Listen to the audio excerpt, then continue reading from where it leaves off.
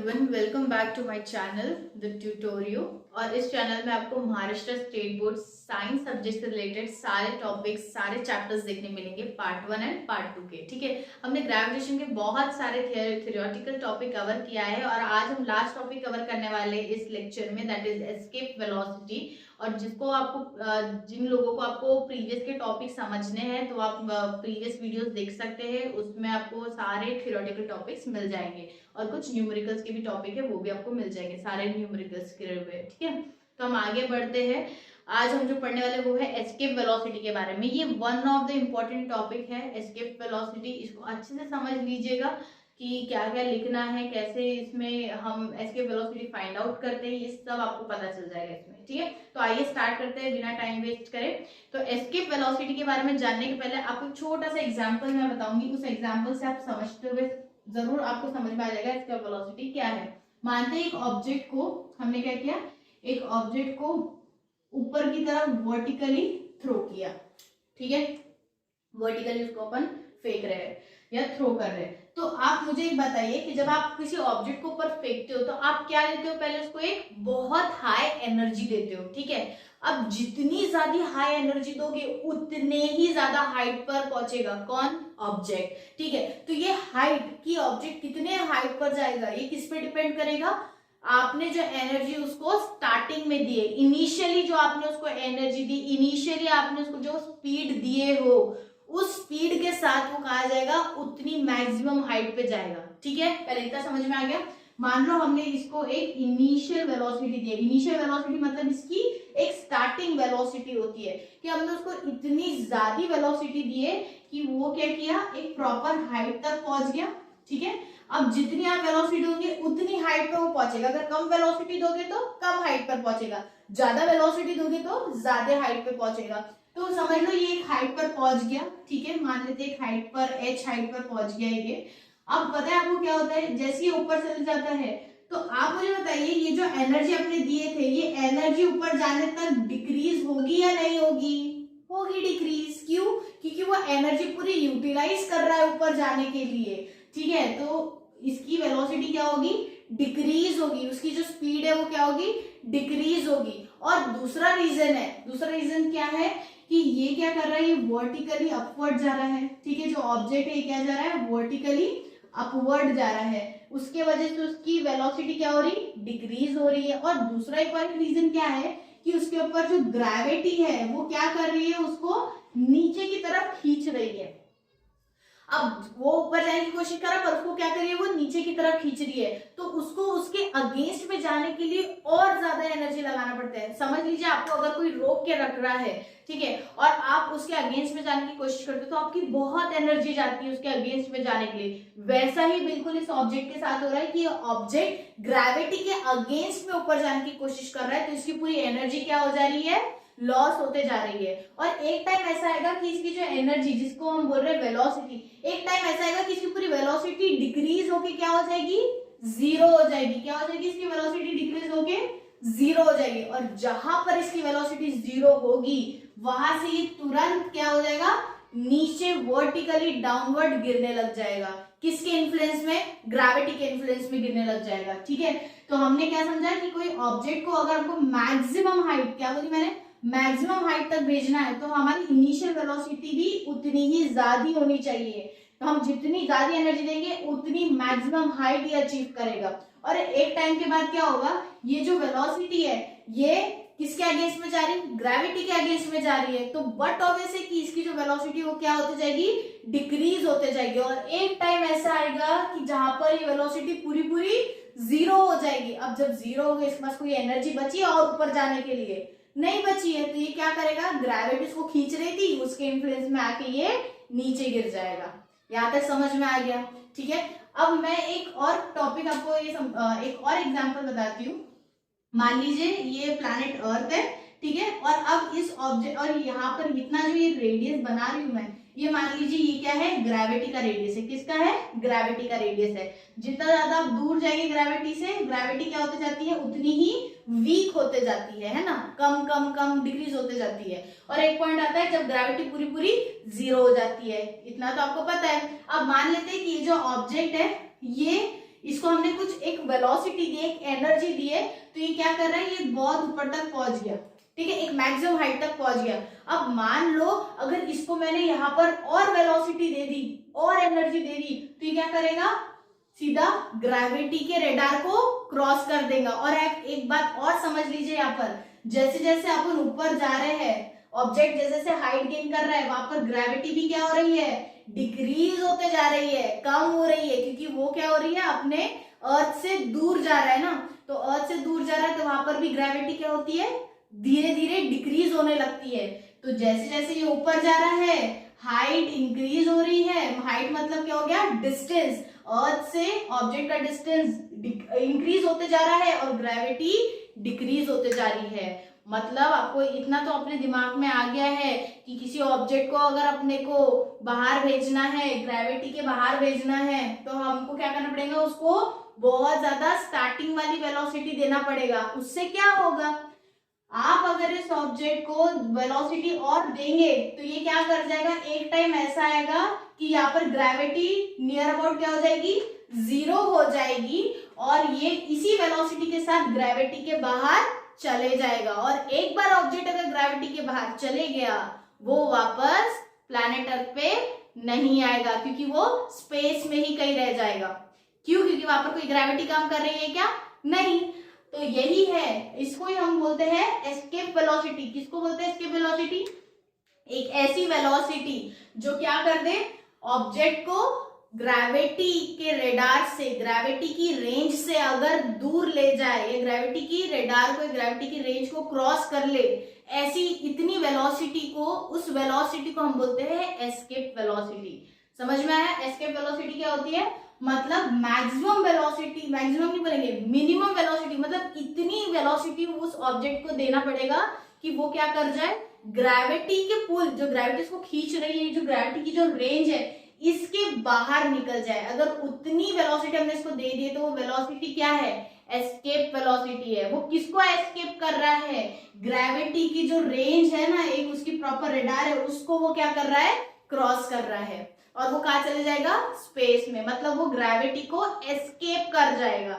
यहाँ तक समझ में आया, उसको हम क्या बोलते हैं, एस्केप वेलोसिटी। समझ में आया यहाँ तक, ठीक है। अब यहाँ पर एक और चीज हमको समझनी है कि अगर हम ये मैक्सिमम हाइट ये कितनी अचीव करेगा, अगर मान लीजिए मैंने इसको कुछ इनिशियल वेलोसिटी दी हूँ, ये कितनी हाइट गेन कर सकता है, मतलब कौन से हाइट तक पहुंचेगा, कितने हाइट तक पहुंचेगा, ये कैसे निकालेंगे अपन, सिंपल सा फॉर्मूला है, न्यूटन का जो थर्ड इक्वेशन है, v square is equal to u square plus 2as, ये वाला उनका थर्ड इक्वेशन है, राइट। अब इस थर्ड इक्वेशन में हमको ये तो पता है कि जब ऊपर जाएगा तो वापस की फाइनल वेलोसिटी क्या हो जाएगी, 0, तो हम ये v के जगह पे क्या लिख सकते हैं, 0 लिख सकते हैं। अब u तो है, क्योंकि u मतलब हमने इनिशियल इसको कुछ वेलोसिटी तो दिए है, तो u स्क्वायर वैसे ही रहेगा 2। अब बताओ, ये जब ऑब्जेक्ट ऊपर जा रहा है तो ग्रेविटी क्या होगी, नेगेटिव होगी, क्योंकि ये ग्रेविटी के अगेंस्ट में जा रहा है, तो क्या होगी, ग्रेविटी नेगेटिव होगी। तो यहाँ पर हम a के जगह क्या लिखेंगे, -g, और s मतलब हाइट, s मतलब क्या होता है, हाइट, मैक्सिमम हाइट, ठीक है। और इसी तरीके से हमको अगर हाइट निकालना है तो s सिंपली क्या आ जाएगा, -u²/2g, ठीक है। और इस पर्टिकुलर हाइट के साथ हम क्या कर सकते हैं, हमको मैक्सिमम हाइट पता चल जाएगी कि अगर हमने इनिशियल वेलोसिटी दी तो ये कितने हाइट तक जाएगा, तो आप ये फॉर्मूले से निकाल सकते हैं कि ये कितने हाइट तक जाएगा उतने मिनिमम वेलोसिटी के साथ, ठीक है। ये एक पॉइंट समझ में आ गया। इसके आगे अभी हम डिस्कस करेंगे एस्केप वेलोसिटी कैसे निकालते हैं, क्योंकि आपको ये तो समझ में आ गया कि एस्केप वेलोसिटी मतलब क्या, एक मिनिमम वेलोसिटी जो ग्रेविटेशन या ग्रेविटी, अर्थ ग्रेविटी के रेडार को या अर्थ ग्रेविटी की रेंज को क्रॉस कर जाए, है ना, एस्केप कर जाए, उस वेलोसिटी को एस्केप वेलोसिटी बोलते हैं, ठीक है। अब इसको निकालेंगे कैसे, इसको निकालना भी पड़ेगा ना कि इसकी प्रॉपर एक वैल्यू होगी एस्केप वेलोसिटी की, मिनिमम वेलोसिटी कितनी है ये तो हमें पता करना पड़ेगा, राइट। तो इतना तो हमें पता है कि ग्रेविटी के अगेंस्ट में अगर कोई जा रहा है, फॉर एग्जांपल अगर अर्थ से हमको किसी ऑब्जेक्ट को बाहर स्पेस में भेजना है, ठीक है, किसी ऑब्जेक्ट को हमको बाहर स्पेस में भेजना है, तो उसको क्या हाइट अटेन करनी पड़ेगी, उसको हाइट इनफाइनाइट तक अगर जब जाएगी, हाइट कितनी जाएगी, इनफाइनाइट तक जब जाएगी, तभी क्या होगा, ग्रेविटी जीरो होगी। इसका एक रिलेशन है, हमने पढ़ा था, gravity is inversely proportional to R square. R मतलब क्या होता है, डिस्टेंस। अगर डिस्टेंस बहुत ज्यादा हाई है, मतलब अप्रोक्सीमेटली क्या है, इनफाइनाइट है, तो ग्रेविटी डिक्रीज होगी, मतलब क्या बन जाएगी, जीरो बन जाएगी। और ग्रेविटी अगर जीरो हो गई मतलब वो ऑब्जेक्ट स्पेस में चले गया, स्पेस में कहीं खो गया, वापस आएगा कि प्लैनेट अर्थ पे नहीं आएगा। समझ में आया? तो ये पर्टिकुलर रिलेशन हमको समझ में आता है कि किसी ऑब्जेक्ट को अगर हमें स्पेस में भेजना है तो उसकी जो इनिशियल वेलोसिटी होती है, इनिशियल वेलोसिटी मतलब एस्केप वेलोसिटी। कौन सी वेलोसिटी, एस्केप वेलोसिटी। यहाँ पर इनिशियल वेलोसिटी का मतलब क्या होता है, एस्केप वेलोसिटी, क्योंकि हम जितनी वेलोसिटी देंगे वो उतनी वेलोसिटी से क्या करना चाहिए, एस्केप करना चाहिए। तो हम उसको क्या बोल सकते हैं, एस्केप वेलोसिटी। तो ये एस्केप वेलोसिटी क्या करेगी, ये इनफाइनाइट हाइट तक ले जाएगी। किसको, ऑब्जेक्ट को। अगर इनफाइनाइट हाइट तक ले गई तो वहां पर ग्रेविटी क्या हो जाएगी, जीरो। और ग्रेविटी अगर जीरो हो गई तो क्या इसको खींच पाएगी क्या नीचे, नहीं खींच पाएगी ऑब्जेक्ट को नीचे, और ऑब्जेक्ट स्पेस में ही रह जाएगा। यहाँ तक समझ में आ गया? अब इसी चीज को पता है, एक बहुत अच्छे से एक लॉ से इन्होंने एक्सप्लेन किया है, law of conservation of energy. क्या बोला मैंने, law of conservation of energy. इसके थ्रू इन लोग ने एक्सप्लेन किया है कि v वेलोसिटी, एस्केप वेलोसिटी कैसे फाइंड आउट किए, हम इस लॉ ऑफ कंजर्वेशन से समझेंगे। ठीक है, तो law of conservation of energy बोलता है पोटेंशियल एनर्जी, काइनेटिक एनर्जी, ये दोनों को ऐड कर दो, क्या बन जाएंगी, टोटल एनर्जी। ठीक है, कंजर्वेशन का मतलब होता है कि जितनी एनर्जी दिया उतनी कंजर्व हो गई। ठीक है, मैंने अगर 10% एनर्जी दी, 10% अगर कंजर्व हो गई तो क्या हो गया, ये कंजर्वेशन, मतलब बैलेंस हो गई एनर्जी। ठीक है, अब इसी चीज को प्रॉपर्ली समझ लेते हैं। मानते हैं कि ए पार्ट को मान लेते हैं कि it is on surface of earth, और एक दूसरा पार्ट हम ले लेंगे बी, जिसको हम बोलेंगे एट इनफाइनाइट डिस्टेंस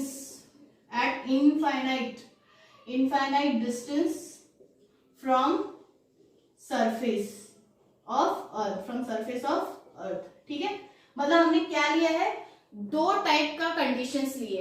एक कि अगर सरफेस पर है, ठीक है, तो वहां पर टोटल एनर्जी क्या होगी, और एक अगर इनफाइनाइट डिस्टेंस पर है, मतलब अर्थ से काफी दूर, इनफाइनाइट बोला मतलब बहुत दूर हो गया, वहां पर है, तो वहां पर टोटल एनर्जी क्या होगी, ये अपन देखेंगे। तो पहला अगर यहाँ पर हम सरफेस ऑफ एनर्जी देखते तो ये हो जाता है, पहले लिखते हैं अपन काइनेटिक एनर्जी के बारे में।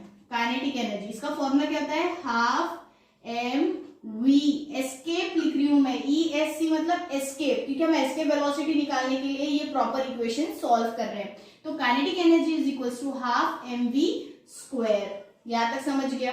ठीक है, अब इसी का अगर पोटेंशियल एनर्जी निकालेंगे, अगर सरफेस पे कोई ऑब्जेक्ट है तो हम क्या बोलेंगे कि वो सरफेस पर है, तो वो होगा capital G capital M small m upon R square. R square मतलब उस प्लैनेट का रेडियस, मतलब प्लैनेट अर्थ का radius, gravitational constant, mass of earth and mass of that object, वो ऑब्जेक्ट का मास।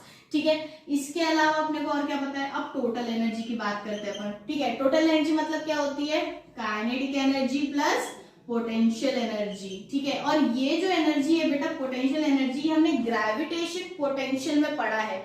ठीक है, क्या पढ़ा हमने, ग्रेविटेशन पोटेंशियल एनर्जी जब हम पढ़े थे टॉपिक, उसमें हमने फॉर्मूला देखा कैसे फॉर्मुलेट हुआ है ये। ठीक है, तो इसके आगे बढ़ते हैं, अगर ये दोनों को अगर हम ऐड करेंगे तो ये क्या देगा आपको, half M V escape square, ठीक है, प्लस इधर पे क्या लिखेंगे हम, नेगेटिव GMM अपॉन आर का स्क्वायर। देखो हमने क्या किया, बस काइनेटिक एनर्जी का वैल्यू पुट किया है, पोटेंशियल एनर्जी की वैल्यू पुट किया है। ठीक है, इसके आगे अगर अपन अभी नेक्स्ट देखते हैं इनफाइनाइट के बारे में, कि अगर मान लेते हैं कि इनफाइनाइट पे है ऑब्जेक्ट, तो इसकी जो काइनेटिक एनर्जी होगी बेटा वो क्या रहेगी, जीरो। क्यों, क्योंकि स्पेस में कुछ भी नहीं रहता, वहां पे कोई चीज एक्ट करती है क्या, नहीं। तो मान लेते हैं कि काइनेटिक एनर्जी वहां पर क्या हो गई, जीरो हो गई। पोटेंशियल एनर्जी की बात करेंगे तो पोटेंशियल एनर्जी क्या होगी, capital G capital M small m upon infinite. ये इनफाइनाइट क्यों लिखा मैंने आर की जगह पर, क्योंकि आपको ये बात तो पता है कि हम किसकी बात कर रहे हैं, इनफाइनाइट डिस्टेंस मतलब आर मतलब एक टाइप का डिस्टेंस हो गया सेंटर ऑफ रेडियस से, जहां पर भी वो ऑब्जेक्ट होगा उसके बीच की जो दूरी है वो क्या है, अभी इनफाइनाइट है। तो हम यहाँ पे क्या लिखेंगे, इनफाइनाइट। और इनफाइनाइट आ गया मतलब पोटेंशियल एनर्जी खुद क्या हो गई, पूरी जीरो हो गई, क्योंकि नीचे अगर इनफाइनाइट आ जाए तो ऊपर क्या बन जाता है, पूरा जीरो। तो यहाँ पर हम टोटल एनर्जी अगर देखें तो क्या बन जाएगा, kinetic energy plus potential energy, जो कि क्या है, जीरो। क्या है, जीरो। यहाँ तक समझ में आ गया आपको। अब हम देख रहे हैं कि यहाँ पर जो टोटल एनर्जी 1 है और ये टोटल एनर्जी जो 2 है, अगर हम ये दोनों को इक्वेट कर लेते हैं, क्योंकि दोनों के लेफ्ट हैंड साइड अगर हम इक्वेट कर लेते हैं, तो हमने क्या बोला, law of conservation. Law of conservation क्या बोलता है कि एनर्जी जितनी एक साइड में जैसे कि सरफेस में है इज इक्वल टू जो इनफाइनाइट डिस्टेंस पे है। तो हम दोनों को इक्वेट कर लेंगे। ठीक है, मैं वापस लिखती हूँ ये इक्वेशंस को। Principle of conservation of energy की बात करें, कंजर्वेशन ऑफ एनर्जी की अगर हम बात करते हैं तो यहाँ पर हम बोलेंगे that total energy E1 is equal to total energy E2। ठीक है, तो टोटल एनर्जी E1 क्या है, half mv escape square minus capital G capital M small m upon r। ठीक है, और ये क्या हो जाएगा, जीरो।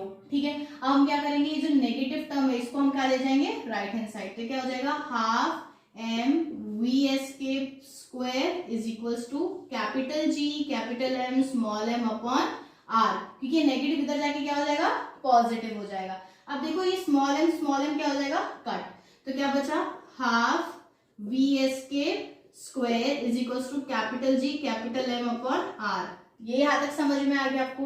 ठीक है, अब आगे देखते हैं। अब ये जो 2 है ये इसके साथ में चाहिए क्या, नहीं, क्योंकि हमें इसको अकेले ही निकालना है। तो ये 2 इधर चले जाएगा, ये हो जाएगा V escape square 2 capital G capital M upon r, ये हो गया।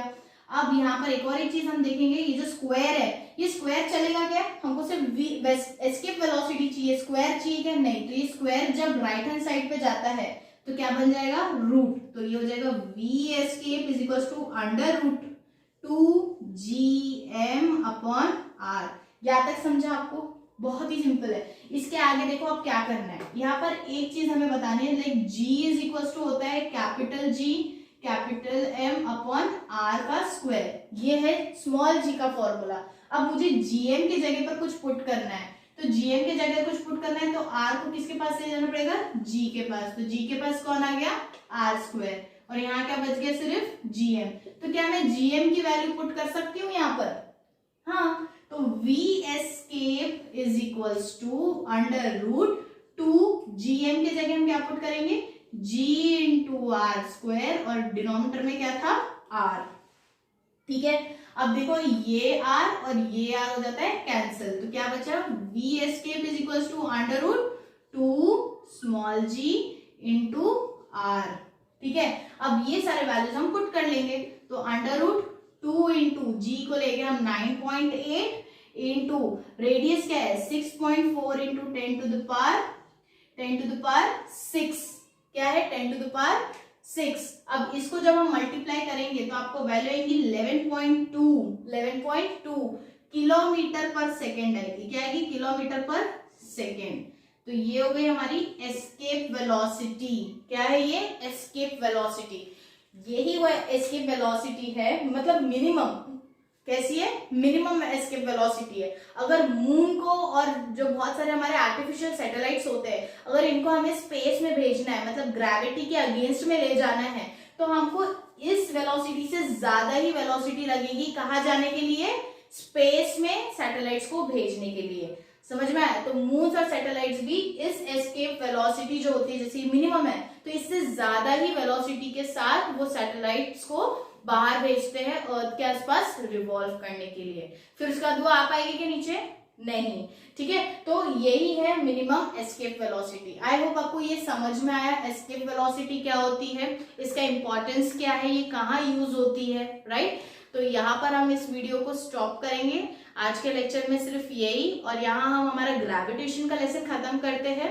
ठीक है, और प्रीवियस वीडियोस अगर आप देखेंगे तो आपको वहाँ पे सारे थ्योरेटिकल जो भी इस पर्टिकुलर ग्रेविटेशन चैप्टर में था वो सारा आपको प्रीवियस वीडियो में मिल जाएगा। अनसॉल्व न्यूमेरिकल्स जो टेक्स्ट बुक के पीछे होते हैं ग्रेविटेशन के, वो भी आपको प्रीवियस वीडियोस में मिल जाएंगे। आपको ये वीडियो अगर बहुत अच्छा लगा है तो लाइक करें, इसको फ्रेंड्स में जितना ज़्यादा शेयर कर सकते हैं आप शेयर करें, ग्रुप्स में शेयर करें अपने, ठीक है। और जिसने चैनल को सब्सक्राइब नहीं किया है चैनल को सब्सक्राइब करें। कमेंट में कौन सा वीडियो लेना है, कौन सा टॉपिक आपको देखना है वीडियो में, आप ये ज़रूर मेंशन करें। एंड थैंक्स फॉर वॉचिंग, पढ़ते रहिए, बाय बाय।